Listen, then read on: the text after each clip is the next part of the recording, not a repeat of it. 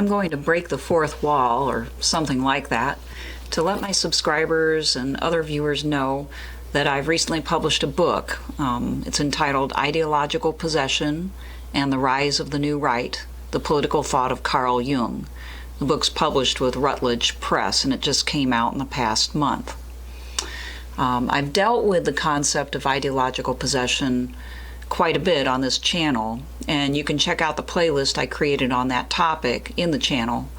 But if you're interested in learning more, especially learning more about how Carl Jung thought of politics, economics, ideologies, and religion, you'll like this book.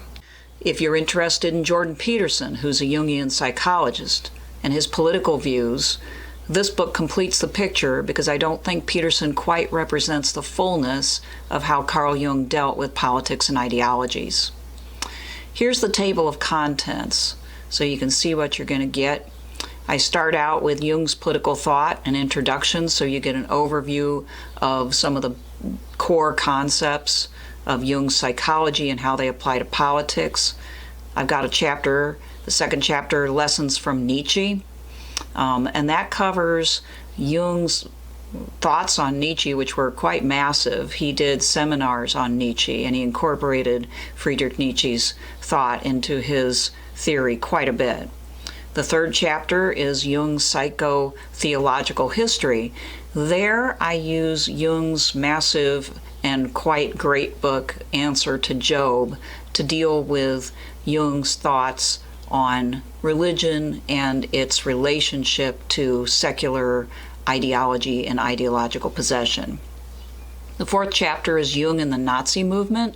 It deals partly historically with how Jung dealt with the Nazis as they rose to power, and what Jung thought of the Nazis then, and his analysis of the Nazi movement after the war.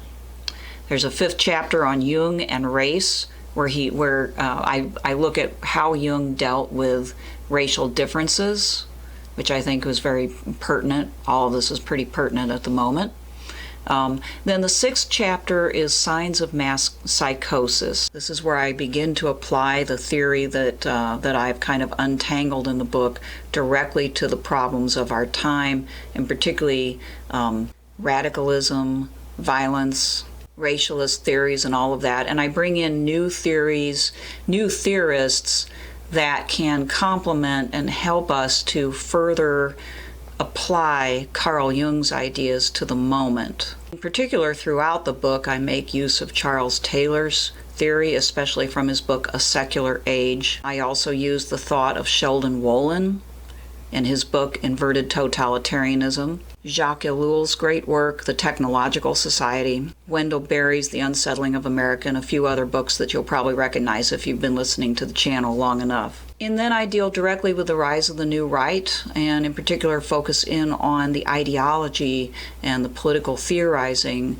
of new right intellectuals. So there I look at Alain de Benoit and Alexander Dugin, and then of course I have my eighth chapter with concluding remarks.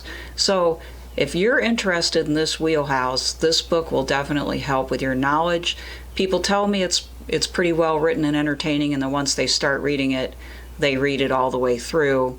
You can read an excerpt of the book on Google Books and elsewhere. There are paperback, Kindle, and ebook editions out there at the moment, and I'll put the URLs of the least expensive options as of now in the write-up below the video.